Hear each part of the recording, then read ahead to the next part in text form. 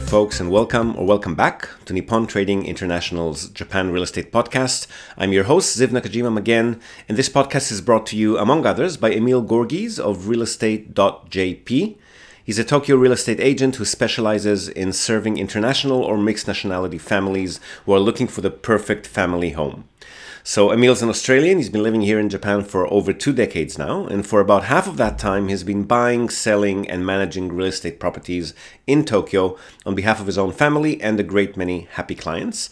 And he also acts as a mortgage broker on behalf of his clients. So he's got dedicated loan officers in many of the Japanese mega banks. And if you're a regular listener of the podcast, you probably already know him from our JREP, the Japan Real Estate Experts panel sessions, which means that you're already aware of the fact that the man is an absolute fountain of wisdom on all things related to real estate in Japan, and in particular to family homes, the greater Tokyo metropolitan area, and mortgages. And most importantly, he's incredibly generous with his time and advice, which he's more than happy to provide at no cost or commitment to anyone asking. So if you've been thinking about buying your home in Tokyo, but you've been sitting on the fence for a while, or you just want to have a chat in English with a real expert, drop him a line on sales@realestate.jp. Hit him up today and start exploring your options. All right, now a quick ask before we dive right into today's episode. My other company, Nippon Bridge, has recently been engaged by a new client who's in the market for a Japanese business to purchase. He's a senior marketer with many years of experience in the field, loves Japan, and he's now in the market for a Japanese company to purchase. A small company, the budget for the purchase is about $200,000 give or take, but a profitable one. And most importantly, one that has an actual physical product that has at least a small local following, and the potential to expand that clientele domestically initially and then eventually internationally with the right strategy. So ideally, this would be a small mom and pop type shop that sells anything that's uniquely Japanese and not too well known overseas. So think shochu over nihonshu, yukata over kimono, that kind of thing. And maybe a business with succession issues where the owners want to retire but don't really have anyone to hand the family business over to, or any similar scenario.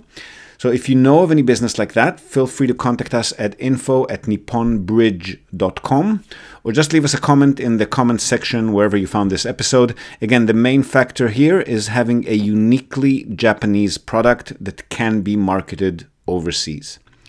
Now, speaking about unique Japanese products that can be marketed overseas, we've got a super special episode lined up for you today, especially for those among you who have an interest in Akiya, which is a lot of you, or just generally in family or holiday homes in Japan.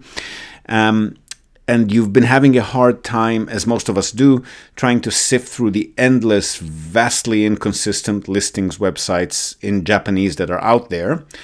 Two of our clients, who have recently purchased an Akiya property themselves, have put their heads together and come up with a truly remarkable project called Akiya-Mart. It's an English online platform that does most of the legwork for you by searching, collating, translating, and presenting Japanese property listings in a simple map-based format, the kind you're probably used to if you've been using Zillow, Redfin, or any of the other counterparts in other countries.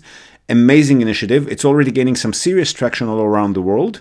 They've just been featured on Business Insider. They're absolutely killing it within only a couple of months from launch, and it all started in their school days, apparently. Enjoy the conversation with this very cool duo. I know I certainly did, and I'll see you again on the other side. Okay, cool. So very happy to have the two of you on the podcast. We've got well, you're definitely not our biggest customer. I mean, Akiya by nature are not like really expensive, but you're definitely one of our coolest customers. So I really wanted to bring you on to first of all talk a little bit about your own personal Akiya purchasing experience, and then get into that very, very, very exciting initiative that you've founded recently. So please introduce yourselves. Who are you? Cool. Well, hey, thanks for having us, Ziv. We're a big follower of the podcast, so it's been a goal of ours to get on here. So thank you for having us, and thank you for facilitating our purchase. Just to start out intro-wise, my name is Take Kurosawa. I went to school and met Joey in college, where I studied abroad in Tokyo.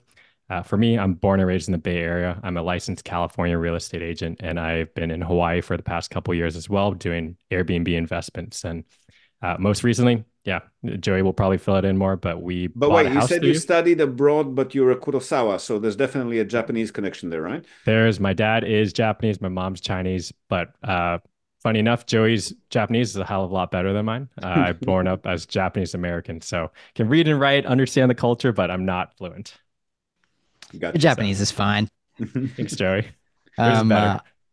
uh, my name is Joey Stockermans, good friend of Take's. Like he said, we studied together in college at ICU in Mitaka. I'm a software engineer, and me and Take both, yeah, found ourselves out of a job this past year, and the first thing we did was buy an Akiya in Japan. So, kind of with our savings. So So I guess that's you two how. are like the definition of prop tech, right? Like we've got a real estate agent and a software engineer. Yeah, my background is also in tech too, so well, that's us. Yeah. Silicon Dream Valley. team. There we go. So how did the Akiya dream come about? I mean, I get the Japan connection, but why Akiya? Mhm. Yeah, so it started. Me and Joey have done a couple crazy trips throughout the past couple years, but this most recent one, we went to Montenegro, where my girlfriend is. During that time, she had actually bought, I guess, an equivalent of a cheap property in Montenegro for about 40K.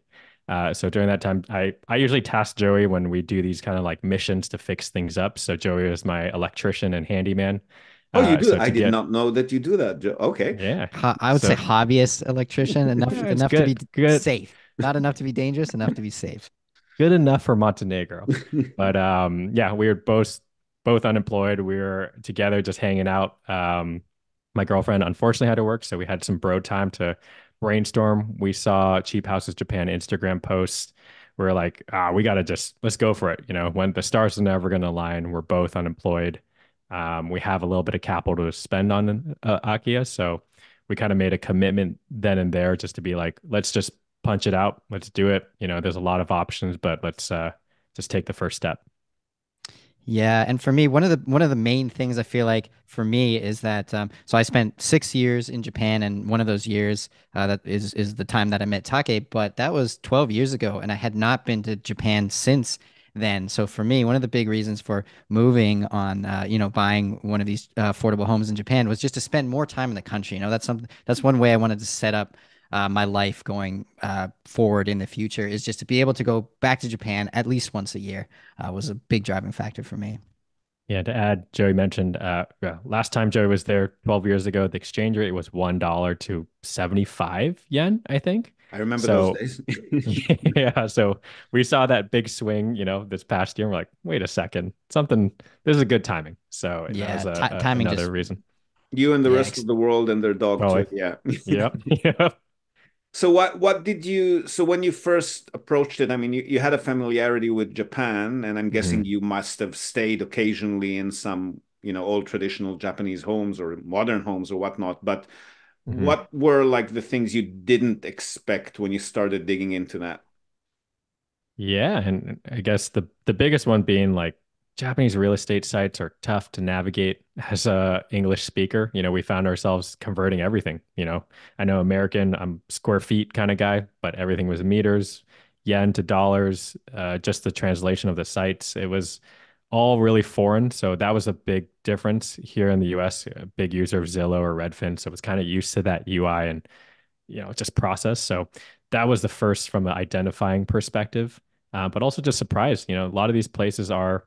I remember we did a Zoom tour with you, Ziv, and we were asking like, can you ask the owner why, or the seller's agent why this place is abandoned, or like why this place is empty? And you kind of just said like, oh, of course it's the elderly just moved out, and that kind of took us. That surprises us, that this is not just this place is good still, and it was just a natural reason for someone moving. Mm, Yeah, I remember you mentioned something. It was like, oh, it's kind of like the you don't even have to ask that story. It's really the demographic shifts in Japan. Like that's why there's so many houses. You don't even have to ask kind of thing. I remember that stuck with me too.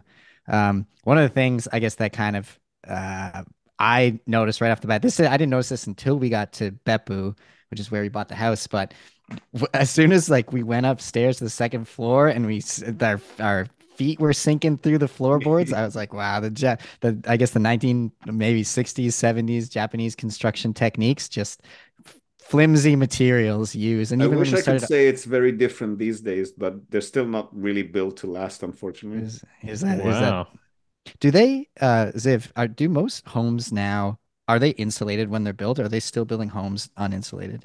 They're still building them uninsulated. Double pane windows have become a bit of a thing with new homes, but it's still an option, right? Like they would ask you, do you want the insulate? It's like the latest tech. The walls are definitely not insulated. And yeah, I personally, me and most gaijins I know who live in Japan just don't get it. But for some reason, it's never caught on here.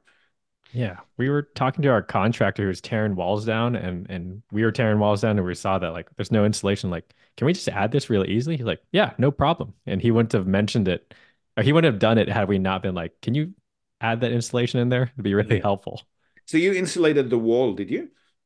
So we're in the process of insulating the walls. Yeah, as we tore down some walls, we're like, we should. It got pretty chilly when we were there in November. That we're like, if we're doing this, we may as well do it right How and much does put a that little bit. cost? Because I seem to recall it's not cheap, right?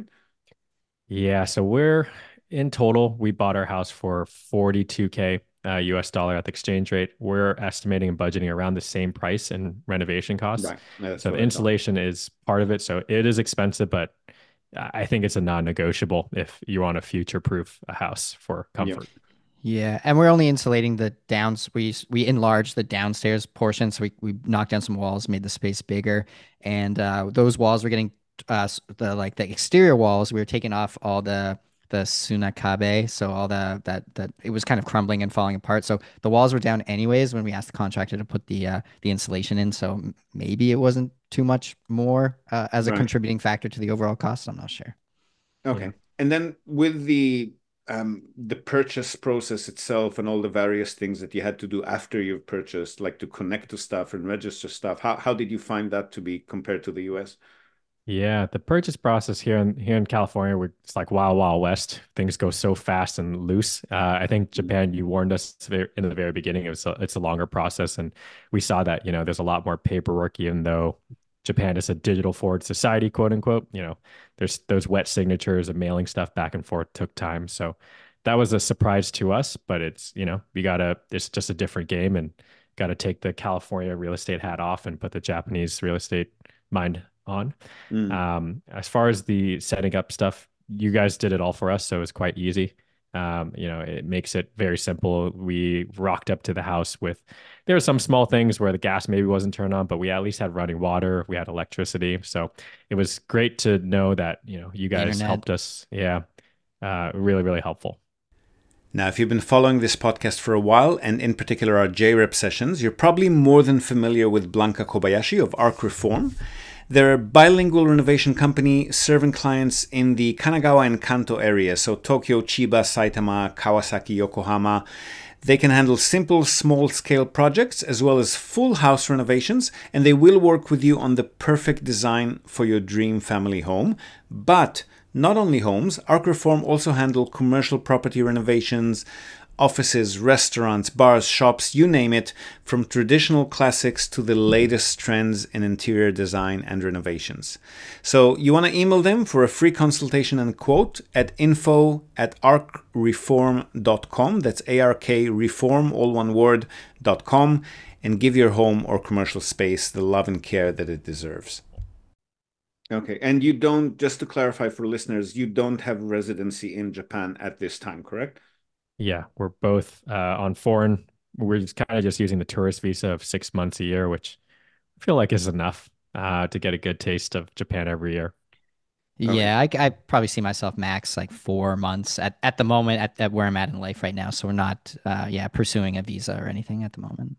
Yeah. So again, for listeners' sakes, registrations, number one, Mm. registrations are a lot more challenging if you don't have residency. So in our customer's case, a lot of the stuff has to be registered under our name. Like, for Hmm. example, the insurance policy is taken out in our company's name with the buyers as beneficiaries of any payouts, for example. And registering a car, which is a process that you guys have been going Oh through yeah. recently, and that's a bit of a challenge as well. But I think the other end of it is that in Joey's case, maybe a bit less problematic, but even if you are a resident and you are registered, all services will be provided in Japanese and Japanese alone. There's no English hotline or English website where you can go on and log complaints or claims or anything of that sort. So you always have Yeah. to have somebody who's fluent in the language, whether it's a friend or relative or acquaintance or someone like us handling it for you.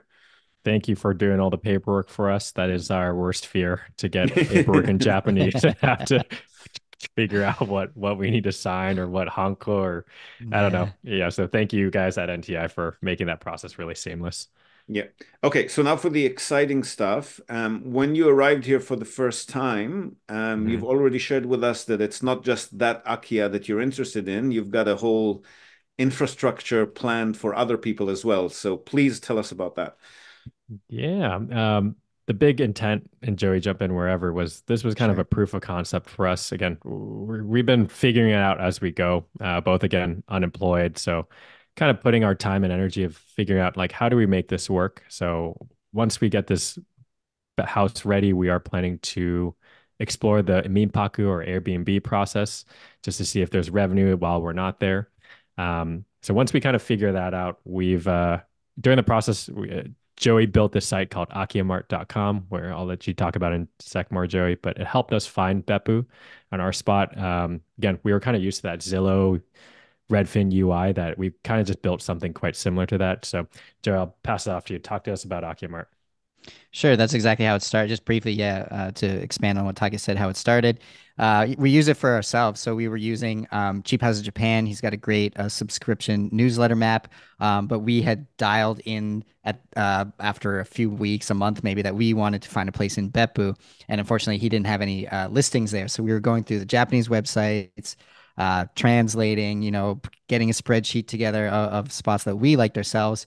And I figured I'm a software engineer, currently laid off. I just decided to build my own map, and sort of what we can find on the internet, put it all together in a map, sort of have the map build itself and update itself at a regular cadence. And that's was extremely useful for us to find the Beppu spot in the end. And yeah, we found identified a few different properties we were interested in using our own map, and then it was just so much fun browsing this map, looking at other places around the country, and just being amazed at the prices And that you just see. sorry, And just to make it clear, as opposed to Cheap Houses Japan, which is a fantastic service and we cooperate with them as well, as opposed to Cheap Houses Japan, which is a hand curated newsletter of listings that he goes and digs up himself, Mhm. you're actually automating the whole thing, right?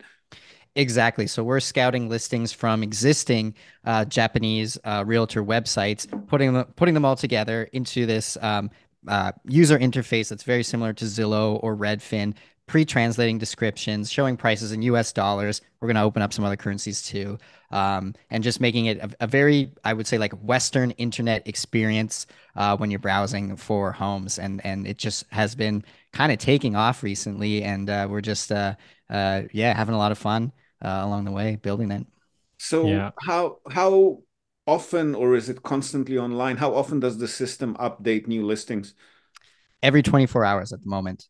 Okay. And do these come from just the major real estate portal websites, or do you also scour the Akia banks or smaller agencies? So the major ones at the moment, but whatever the major ones have publicly available is what we're pulling and presenting on our website as well. There are Akia banks out there. It just takes some time to write some code to ingest all that information that's publicly available out there. Potentially in the future, we'd open up to Akia banks, but for the moment, we're only looking at two different Japanese real estate publicly available yeah, websites out there, or Because the real rest of estate. them are very fragmented and completely different formats, aren't they? They're all fragmented in completely different formats, and even within themselves, they're different formats. So it is a little bit difficult it's time consuming to write the code to gather all that information. I do know that yeah, Cheap House Japan. I think he does go and pull from many more sources than we do. Yes. So if you're yeah. Yeah. Painstakingly manual labor, but yes, he does an amazing job actually. Yep. Yeah, shout out to Cheap House of Japan. I think the curation is, we're different products at the end of the day, where the curation of going through these listings and finding these gems on these smaller sites is where, there's a different audience for both, while ours is kind of more volume. There's value in both, and I'm Still still a subscriber too. So Akiya-Mart is not exactly limited to Akiya, is it? I mean, there are some Akiyas on the major portals, but it's definitely going to be all properties all around the country, right?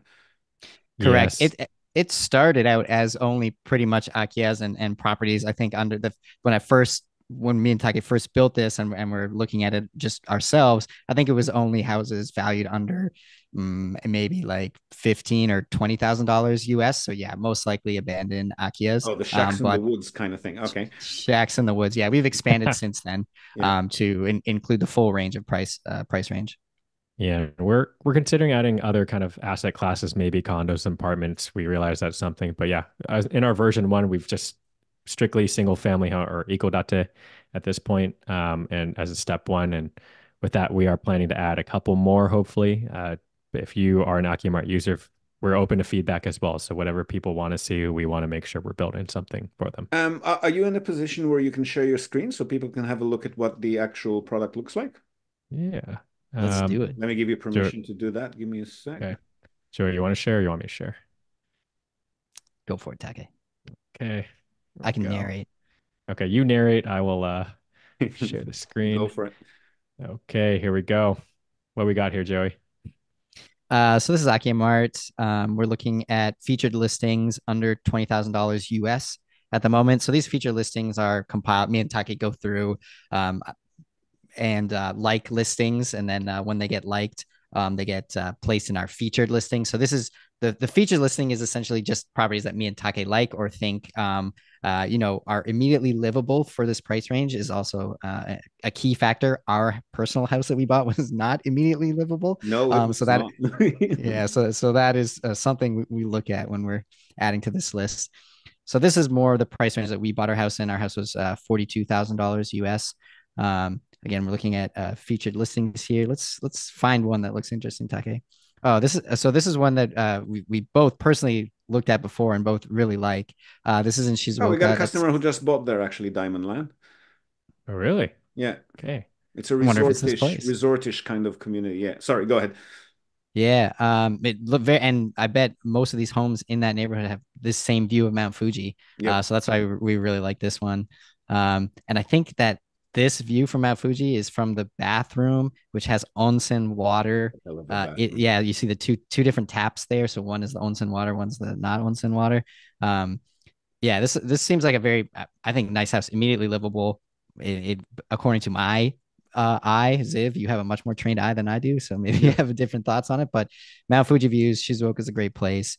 Onsen water, and I think the price is pretty right. Yeah, 40,000 cheaper than what we purchased our house for. So Yeah, I would So we imagine does the system also pull monthly fees if there are monthly or annual fees if there are any of those? if there are, we're not pulling them at the moment. There's a lot more information we could be compiling and putting on here. And Yeah. as the single software engineer at the moment, I'll get to it. But at the No, moment, we're not but what pulling you've that. done is remarkable, man. I mean, for people, we send people to Japanese websites and explain to them how to Google Translate and what kind of words in kanji to look out for. And you've taken all of that out of the equation completely. That's amazing work. yeah. Yeah, We, I think we, some other things that we need to add here are clearly like the square footage. Um, what was else? Oh, if it's occupied or not, that's a big one. Some of these houses have tenants in them sometimes, like the owner change properties. So I think there are some very important things that we need to add. One of the FAQs we typically get is, Joey, how's this exchange rate? Is this a live exchange rate? Is this a static? How are we pulling this number? It's live. So when you click on a listing, it's pulled live. The median rate. So by the time you transfer, it'll probably be a bit less than that, right? Sorry, yeah. So it would be whatever. I think I pull from a source that gets it at the hourly tick. So whatever that hourly tick is recorded as, that's what I'm pulling. So yeah, okay. It could be about an hour old potentially. Yep. And then what? So the system as it is, what we're looking at now is that free or is that already a subscriber access kind of thing? So everything we've looked at so far is completely free. So our featured listings are free for the full price range. You have all those filters that Take just showed you right there.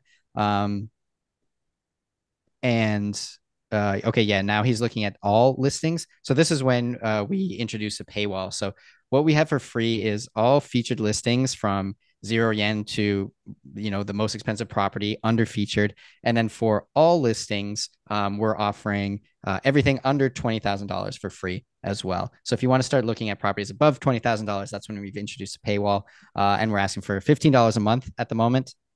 Which is nothing. And yeah, we're hoping. I believe it. Especially if you're looking to buy a house, $15 compared to the purchase price of your house. I feel like it's a good price. And then we interrupt this broadcast to tell you about Tokyo Family Stays. They're a short-term rentals company in Tokyo, and they offer a home away from home experience, which is just perfect for remote working, quarantining, if that's still a thing, or if you just need somewhere quiet to get away from the world. They offer a variety of options for families, corporate relocations, or even if you're simply transitioning between homes in Tokyo. The properties are super comfortable, tastefully furnished, fully equipped with all amenities, and they accommodate up to 10 people. So really the only thing you'll need to bring with you is your toothbrush and maybe a change of clothes.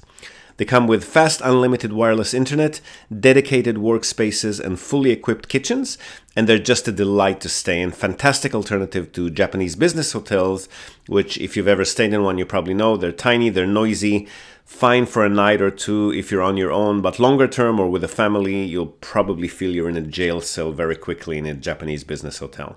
So if you want to give yourself a sense of space and freedom by renting a real home, with comfortable Western beds, including all the necessities like baby bedding, children's toys, high chairs, etc., you definitely want to reach out to Tokyo Family Stays. They've been at it for over a decade. They're a fully licensed minpaku or short-term stay operator. And as a special bonus for our viewers and listeners, they're also throwing in a breakfast basket upon arrival for anyone who books and mentions the Japan Real Estate Podcast or NTI. And not only for guests, if you're a property owner, you've got an investment property that you want to tweak for higher profit, or a holiday home that you want to rent out when you're not using it via short-term stays, drop them a line today, see how they can help you maximize your property's income. And again, as a special bonus to our viewers and listeners, they're also offering a free audit of your existing short-term stay listings without any obligation whatsoever. So feel free to reach out to them at tokyofamilystays.com. Well worth a visit. And again, if you're in the market for a family home in or around the Tokyo metropolitan area, Emil's your man. Don't be shy to reach out to him as well at sales@realestate.jp. And now, back to the podcast. And then what do people... Sorry, go ahead, Take. We have over half a million listings at this point. And again, it's constantly refreshed, but with the All Access Pass basically gets you access to all those listings that we have. And half a million for it's a lot of listings. Yeah. And so once people are actually getting a bit more curious about a particular property and they click on it, do they get what? Do they get the original Japanese listing so that they can try and contact the agent, or how does that work? Yeah, so we're kind of we're working with actually Ziv and NTI to kind of create some education. I know this space, a lot of these folks that are first coming to our site are looking at the cheapest of properties and, are never been to Japan. So one of the things we've actually done is we have a free consultation. So this consultation goes directly to Joey and I.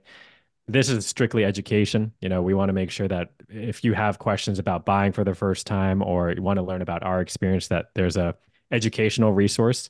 We unfortunately can't contact the agent for you, but that's where our boots on the ground, NTI, aka Ziv, and you guys come in. So typically the workflow would be they contact us. We kind of do, fill in, do the education part, just kind of make sure that they're serious. And then if we do get indication that someone is serious, we pass them off to you guys, Ziv, who brings them through the rest of the process. But supposing, we always love to take people's money, don't get me wrong, but supposing somebody is actually either in Japan or at least fluent in Japanese or has a Japanese spouse, there is the option for them to contact the agent directly, right?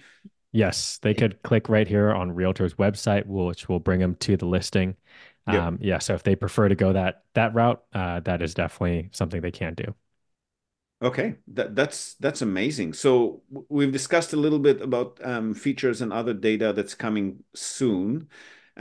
What kind of spin-offs do you see on that one? Will you have one specializing on, I don't know, you've mentioned condos, Take, but maybe investment properties, luxury properties, land? I don't know. What's in the works? Yeah, we got a Halloween themed one coming. Again, this is uh we Abandoned ghost house. there are actually ghost Exactly, houses Ziv. and cursed houses. Joey, take it away. What's the Yeah, exactly. I mean, we haven't done any serious, more in a brainstorming phase here right now, but I know someone that actually I met at the JREP conference back in February who believes he can very accurately identify ghost homes based off of the listings. So Wait, could be sorry. interesting. Just to clarify for me, you're not talking about Jigobuki in a house where somebody died. You're talking about an actual haunted house. But so in this case, I do mean both. I do mean like a house where someone did die slash Oh yeah, haunted. there are websites for those. Yeah. Okay. Yeah, yeah, yeah. So we're thinking about doing like a little, I don't know, sort of fun, either part of a newsletter or feature them or something here, right? Because when we first started this journey too, we were looking at some house in Kamakura, and then I guess we found some forum online that was discussing it, and everyone was like, "Oh, it's a murder house, it's a murder house." So I don't know, it's sort of interesting to think about. So that'll be Yeah. the Halloween edition. Other But things as well. We were thinking about putting in Joey and I, one of our big features we were looking for was onsen water. We unfortunately didn't get it in this most recent house, but that is something we're thinking about of making like more specific type filters. So filtering out places that have onsen water in the house or places that are close to Oh surf yeah, spots that's a and good idea. kind of things Or like that. ski holiday homes or Yeah, what have you. ski Yeah, yeah. holiday homes, surf places, hiking spots. So trying to go around that. And also it seems like we've gotten a lot of feedback on people need education on what the prefectures are and what they're for. So I think that's something we're going to do as well. Um, as you can see, yeah, with the pro account, we have all listings. It's just like we have so many listings. As you zoom in, there'll be more as well. But one of the filters, it definitely is like, hey, what activities are correlated with these areas, and can we filter that? Are things on the roadmap? That'll be yeah, and brilliant. And just to add on what you asked us there, Ziv, are we thinking about condos? Are we thinking about land? We're open to those opportunities. Right now, we're sort of trying to figure out what our customer base is interested in. So if anybody listening feels very strongly about wanting, to search for condos or search for land or search for investment properties, that's the type of feedback we're looking for to help guide the direction of Akiya-Mart. Yeah, and putting our tech hat on, I think one of the things that we have unique access to is clean, structured data. I don't know if anyone in the Japanese real estate game is really looking at like where are the new listings coming up, at where are they coming down. Unfortunately, we can't do like an estimate or a estimate as we have here in the States. But we're trying to look at the data as well of like what are some of the hot spots, how fast are listings staying on the market, are some features we're trying to build a little bit more insight and be smarter about, where to invest, especially in providing those insights to Yeah. people that want them. I guess as Actually, AI becomes more advanced, that'll be a lot easier for you to do, right? Hopefully. so AI could be another thing too, because again, as Taki mentioned with the data, we have access to all these translated uh, listing descriptions in Japanese too, and we could probably build some sort of integration with AI where we just plug that in, and someone could type in, "I'm looking for a property by a river, and the house, is over 60 years old," or something like that, and Mhm. potentially it could, return listings Super in that targeted. sense. Yeah. Yeah, Yeah. Take. Mhm. I was just going to say, based on, so again, something else on the data insights. I just want to see if it's still there. If you go to slash popular, so one thing I noticed with insights here, so this is just yeah, go all Oh, listings. sorry. Let me go popular again. So this Popular. is so this is just a sneak peek at where people are liking properties on Akiya-Mart, and I saw a really interesting pattern the other day. If you hit filters, Take, and then turn off the under 20K, hit reset all filters. Yeah. I saw an interesting pattern. I guess it's not so much here anymore, but around the sort of Toyama area, I was seeing a lot of interest. I guess there's a lot of interest in Nagano, but here we're again, you're sort of seeing that we can kind of get a little bit of data insights where people are, interested in properties. Hopefully, we Mm. can tease some better insights in the future, but I don't see too much of a pattern right now. But Yeah. We'll get there. This phenomenal stuff. I can stare at this map for days. This is awesome. Yeah, it's a lot of fun. We like I know the luxury market was something we initially looked at. We know that's a very, very niche spot, especially in Tokyo.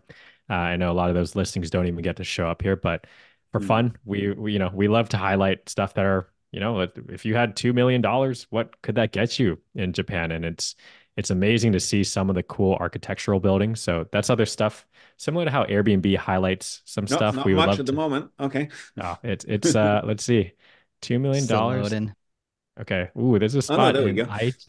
Aichi. Wow. $3 million gets you an indoor Swimming pool, pool.